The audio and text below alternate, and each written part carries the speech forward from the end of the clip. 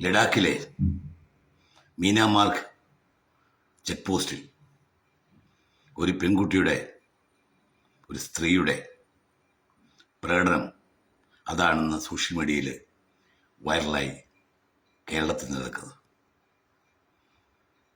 ആ പെൺകുട്ടി ജെൻസിയാണ് പോലും. ഒരു ജെൻസി ആയതുകൊണ്ട്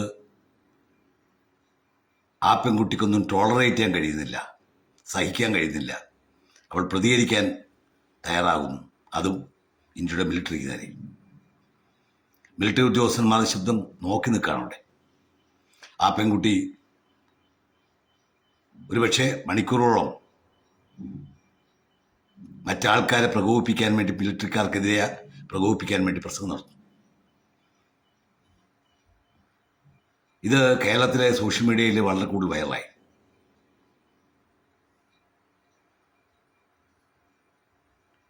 എന്തുകൊണ്ടാണ് കേരളത്തിൽ ഇത്രയും കൂടുതൽ വൈറലായെന്ന് ചോദിച്ചാൽ അത് കേരളത്തിൻ്റെ പ്രത്യേക ഒരു സവിശേഷതയാണ്.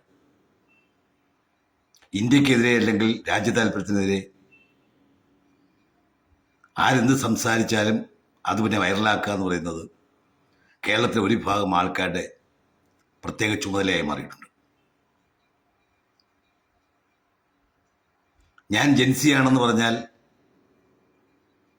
ആ ജെൻസിക്ക് പിന്നെ നിയമം ബാധകമല്ല എന്ന് തോന്നുന്ന നിലയിലാണ് പലപ്പോഴും പല ജെൻസികളുടെയും പെരുമാറ്റം. ഈ ജെൻസി എന്ന് പറഞ്ഞാൽ 13 മുതൽ 28 വയസ്സ് വരെയുള്ള ചെറുപ്പക്കാരെയാണ്.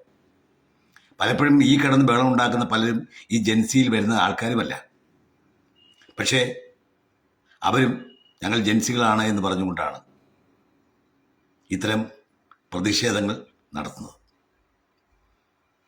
ജെൻസിയാണെന്ന് പറഞ്ഞാൽ ഏത് വിലക്കിടന്ന് നടത്താം, അവർക്ക് നിയമം ബാധകമല്ല എന്നൊരു ധാരണ, ഒരു പൊതുബോധം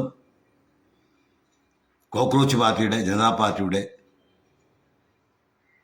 ജന്തർ മന്ദറിലുള്ള പ്രകടനത്തിലൂടെ ഇന്ത്യയിലെ ജനങ്ങളെ ബോധ്യപ്പെടുത്തി കൊടുത്തിട്ടുണ്ട്. പക്ഷേ അത് എപ്പോഴും എല്ലാവരും സഹിച്ചുകൊണ്ടൊന്നുമില്ല എന്നുള്ള കാര്യം കൂടെ മനസ്സിലാക്കേണ്ട സാഹചര്യമാണെന്നുള്ളത്. കാരണം ആ ജന്തർ മന്ദറിൽ വന്ന് കൂടിയ ചെറുപ്പക്കാരെന്ന് പറയുന്നത് 100 അല്ലെങ്കിൽ 10,000 ചെറുപ്പക്കാരാണ്. ഇന്ത്യയിൽ ജീവിക്കുന്നത് കോടാനുകൂടി ചെറുപ്പക്കാരാണ് ഇന്ത്യയിൽ ജീവിക്കുന്നത്.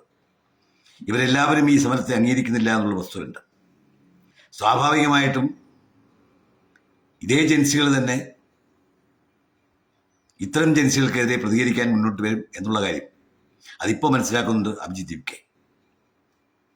അയാൾ നേരത്തെ അമേരിക്കയിൽ നിന്ന് ഒരു ഫോറം ഉണ്ടാക്കി നേരെ പറന്ന് ഡൽഹിയിലിറങ്ങി ജന്തർ മന്ദറിൽ അയാളുടെ ഒപ്പം സഹകരിക്കുന്ന കുറേ ചെറുപ്പക്കാരോടൊപ്പം അവിടെ സമരം ചെയ്തപ്പോൾ ഉള്ള ചിത്രമല്ല അയാളിപ്പോൾ പൊതുസമൂഹത്തിനിടയ്ക്കേട്ടിറങ്ങി ഒരു പരീക്ഷണം നടത്താൻ തയ്യാറാകുമ്പോൾ സംഭവിക്കുന്നത്. ഇപ്പോൾ സ്കൂളുകളിലെ പഠിക്കുന്ന കുട്ടികൾക്ക് സൗകര്യപ്രദമായ കാര്യങ്ങളെല്ലാം ലഭിക്കുന്നുണ്ടോ എന്നുള്ള ഒരു ഇൻസ്പെക്ഷനാണ് ഇപ്പോൾ അദ്ദേഹം. പക്ഷെ ഇത്തരം ഇൻസ്പെക്ഷൻ പോകുമ്പോൾ എല്ലാ ജനങ്ങളും അദ്ദേഹത്തെ പ്രതികരിക്കുന്നത് ചിലപ്പം ഒരേ നിലയിലായിക്കൊണ്ടൊന്നുമില്ല. സ്വാഭാവികമായും ഈ പറയപ്പെടുന്ന ജെൻസികൾക്കെതിരെ ജെൻസികൾ തന്നെ തെരുവിലിറങ്ങി ആവശ്യത്തിനുള്ളത് കൊടുത്തുവിടുന്ന സാഹചര്യം ഉണ്ടായിക്കൂടാ എന്നില്ല. കാരണം അതാണ് ഇന്ത്യയുടെ ഒരു പ്രത്യേക രാഷ്ട്രീയ സാഹചര്യം. 2014 മുമ്പ് ഇന്ത്യ എന്ന് പറയുന്ന, അല്ലെങ്കിൽ ഭാരതം എന്ന് പറയുന്ന രാജ്യത്തോടുള്ള ഒരു വീക്ഷണമല്ല ഇന്ന് ഇന്ത്യയിലെ ചെറുപ്പക്കാർക്ക് ഇന്ത്യ എന്ന് പറയുന്ന രാജ്യത്തോടുള്ള വീക്ഷണം. ഇന്ന് ദേശീയത അത് ഉൾക്കൊണ്ടുവരുന്നുണ്ട് നമ്മുടെ രാജ്യത്തെ ചെറുപ്പക്കാർ. ഈ രാജ്യം ഒറ്റക്കെട്ടായി നിലനിൽക്കേണ്ടത് ആവശ്യമാണ് എന്നവർ കരുതുന്നു. ബംഗ്ലാദേശിലും നേപ്പാളിലും നടന്ന പോലെ ഒരു ജെൻസി വിപ്ലവത്തിലൂടെ നിലവിലുള്ള സർക്കാരിനെ അട്ടിമറിച്ച് ഈ പറയപ്പെടുന്ന വിവരംകെട്ട കുട്ടികളുടെ കയ്യിലേക്ക് അധികാരമെത്തപ്പെട്ടാൽ ഉണ്ടാകാവുന്ന ഭവിഷ്യത്ത് എന്താണ് എന്ന് ഇന്ത്യയിലെ ചിന്തിക്കുന്ന ചെറുപ്പക്കാർ, ചിന്തിക്കുന്ന ജെൻസി സമൂഹം കണ്ടുകൊണ്ടിരിക്കുക. സ്വാഭാവികമായിട്ടും അവരിൽ നിന്നുണ്ടാകുന്ന പ്രത്യാഘാതം താങ്ങാനുള്ള ശേഷി പലപ്പോഴും ഈ പറയപ്പെടുന്ന ഒരു പറ്റം പാറ്റ ജെൻസി കൂട്ടത്തിന് ഉണ്ടായിക്കൊള്ളണമെന്നില്ല. അതോർത്ത് ഇനി സമരങ്ങൾ മുന്നോട്ട് കൊണ്ടുപോവുകയായിരിക്കും